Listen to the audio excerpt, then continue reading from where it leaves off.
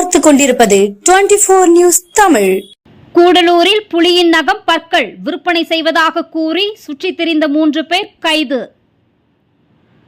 நீலகிரி மாவட்டம் கூடலூர் அருகே உள்ள நாடுகாணி பகுதியில் புலியின் பற்கள் நகங்கள் விற்பனை செய்யும் நோக்கத்தோடு சுற்றித் திரிந்த 3 வனத்துறையினர் கைது செய்துள்ளனர்.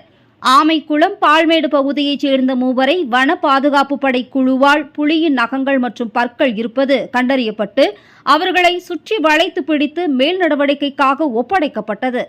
இது சம்பந்தமாக நடந்த புலன் விசாரணையில் கைதான 3 நபர்களிடமிருந்து புலியின் நகங்கள் மற்றும் பற்கள் பறிமுதல் செய்யப்பட்டது. இதையடுத்து சுப்பிரமணியம், சிமியோன், பாலகிருஷ்ணன் ஆகிய 3 பேர் பந்தலூர் நீதிபதியிடம் ஆஜர்படுத்தி கூடலூர் கிளை சிறையில் அடைக்கப்பட்டனர்.